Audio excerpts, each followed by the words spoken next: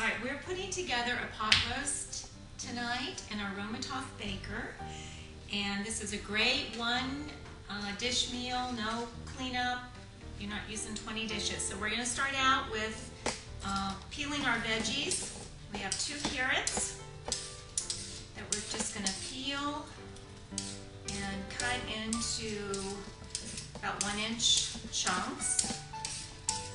Alright, so we get our roaster, these beautiful clay bakers. We'll lay that there, and we can just put our roast in. This is a 3-pound pot roast, oven roast, so that can lay in the baker. And then we take our carrot, and we're just gonna give that a quarter. And just the nice thing about this is it's just put it all in the pot. You don't have to fuss or take a lot of time. It's a great meal if you're entertaining. You know, we're all budget conscious these days, and if you watch your meat sales, you can get great buys on roast. And of course, the roasted vegetables are the healthiest way to eat, which is really important nutritionally. All right, so we've got our 2 carrots, and we've just got those in the pan. We're gonna chop an onion, a large onion. I like the sweet onions myself, but you can use whatever you like.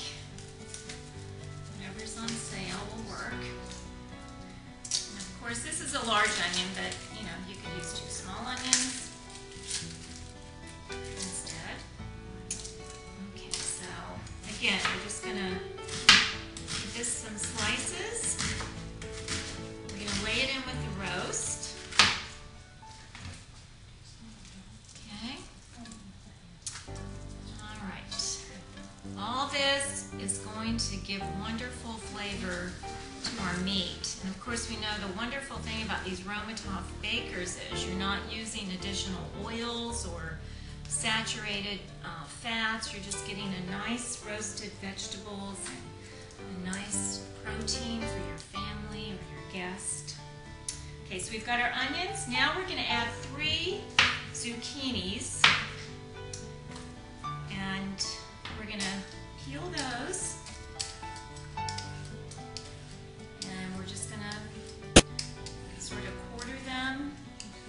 You want it chunkier. You don't want to slice them too thin, because these are going to be in for a couple hours, and you don't want it to turn to mush. You want them still nice and, you know, crispy. And if one falls on the floor, don't worry. All right, and I have to tell you that when I have friends over and I've used my Romertopf baker, it's hard for people to get meat tender, and that is the secret of the clay baker. You have the most tender meat. Even if you're buying the cheaper cuts of meat, you don't have to worry, because the clay baker will tenderize them, and the flavors are wonderful. So I can guarantee you rave reviews from your family and your dinner guests if you're using these Romertopf clay bakers. Okay. See how quickly and easily this meal is coming together. So we have our carrots, we have our zucchini, we have our onions, and now we are going to add turnips. If you're not familiar with turnips, they do have a similar flavor of a potato, but they're a wonderful root vegetable, especially for fall. Turnips are great. But again, if you don't have turnips available, or your family does not like turnips, then all you have to do is substitute potatoes, and that would be fine. That's the beauty of this. You can tailor it to what your family enjoys eating. You could add mushrooms if your family likes mushrooms, and this way you can shop seasonally and learn to cook seasonally for your family.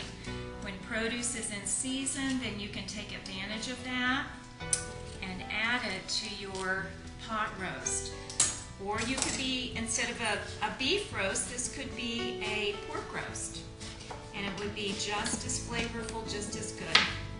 So we're just chunking these, and we're just throwing them in the Romertopf baker. Okay. All right. I love turnips. Very good.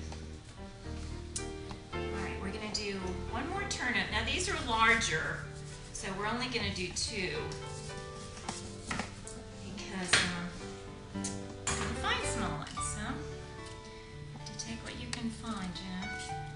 All right, so just a quick peel, and then we're gonna add our spices, and this is gonna go into the oven for 2 hours. Again, this is a 3-pound roast. So all right, now we're gonna add our spices, just to give it the flavor.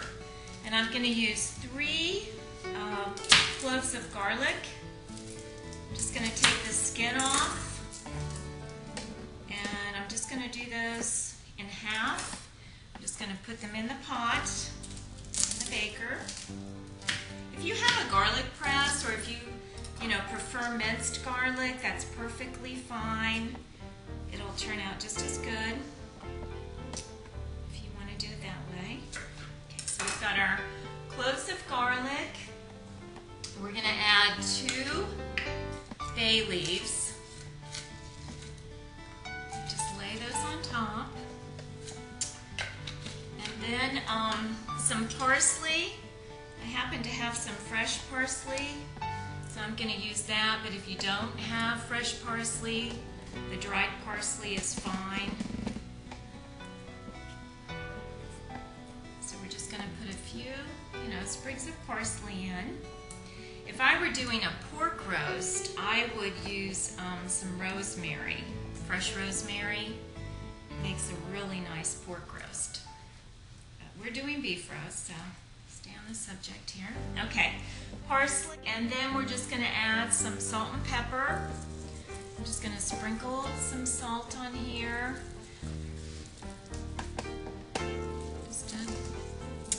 And then pepper. Just sprinkle some pepper. Gives it a nice flavor. Okay. Now this is prepared beef stock, but you can use your own if you've got it, or you can use apple cider in place of, or a combination. But we're going to use the beef stock today. And also, if you like, you could add some red wine to this too, and that would make it very flavorful. Okay, so we're going to put our beef, and this is the only liquid that we're adding. And this is going to just make those vegetables roast, and our roast is going to get nice and brown, and in a couple hours people are going to be clamoring to come to your kitchen to eat. So we have completed a meal in what? 10-15 minutes.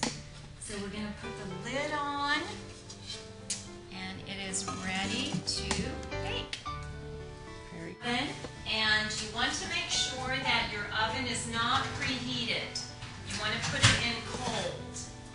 So we're just I'm going to take out that wrap, because otherwise I'm not going to be able to have enough room. Okay. So in goes the Romertopf baker. The lid is on. The oven is closed.